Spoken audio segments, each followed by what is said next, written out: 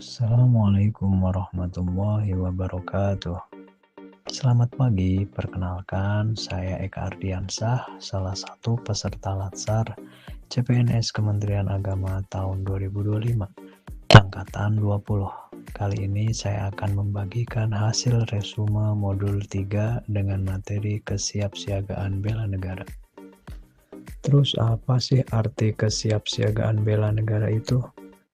Kesiapsiagaan bela negara merupakan suatu kondisi siap siaga yang dimiliki oleh setiap warga negara, baik secara fisik, mental, maupun sosial, dalam menghadapi berbagai situasi yang mengancam kedaulatan, keutuhan wilayah, dan keselamatan bangsa dan negara berdasarkan Pancasila dan Undang-Undang Dasar 1945.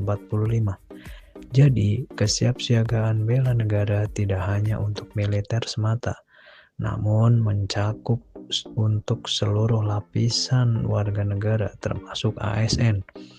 Tentunya dalam fungsi dan perannya masing-masing untuk melanjutkan perjuangan para pejuang yang telah berkorban demi kejayaan bangsa dan negara Indonesia. Kemudian, nilai-nilai dasar bela negara sendiri terdiri dari 5 indikator, meliputi 1. Cinta tanah air, 2. Kesadaran berbangsa dan bernegara, 3. Yakin akan Pancasila sebagai ideologi negara, 4. Rela berkorban untuk bangsa dan bernegara, 5. Memiliki kemampuan awal bela negara. Dari 5 indikator di atas, salah satu nilai-nilai dasar bela negara tersebut yaitu kemampuan awal bela negara yang meliputi kesehatan jasmani dan mental, kesiapsiagaan jasmani dan mental, etika, etiket, dan moral, serta kearifan lokal. Kesehatan jasmani adalah kondisi fisik seseorang dalam keadaan prima, di mana organ-organ tubuh berfungsi dengan baik, memiliki nutrisi yang cukup, dan tidak sedang sakit. Kesehatan jasmani bisa didapatkan dengan berbagai cara, termasuk berolahraga secara teratur, menjaga pola makan sehat, mengelola stres, dan istirahat yang cukup.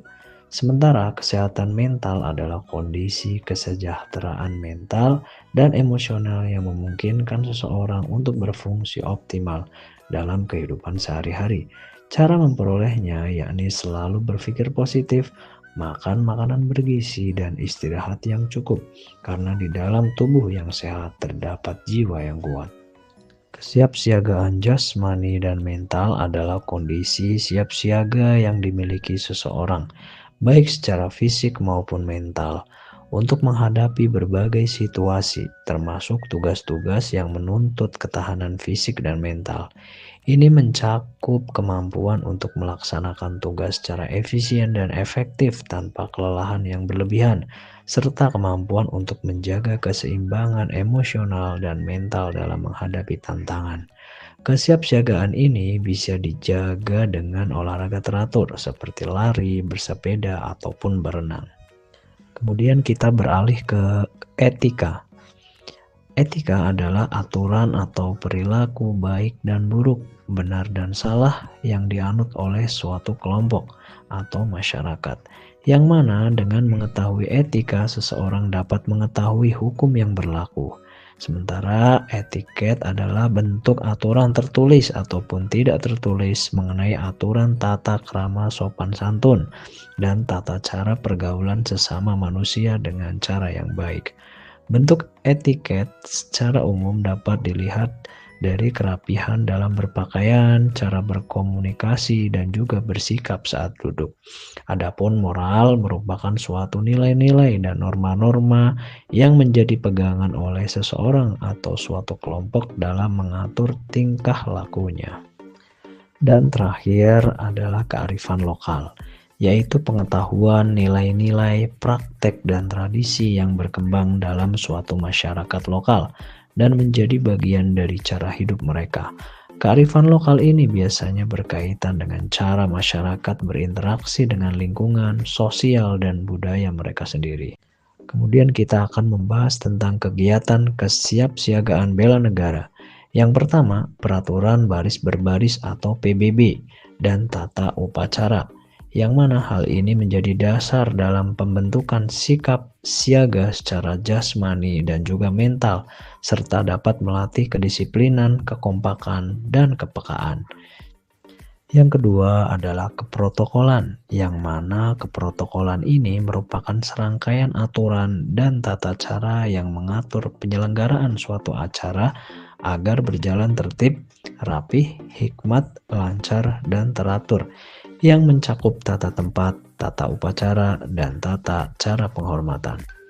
Kemudian, yang ketiga adalah kewaspadaan dini, yaitu dapat melatih calon pegawai negeri sipil untuk mengenali potensi ancaman sejak awal, baik melalui sosial, ideologi, ataupun digital.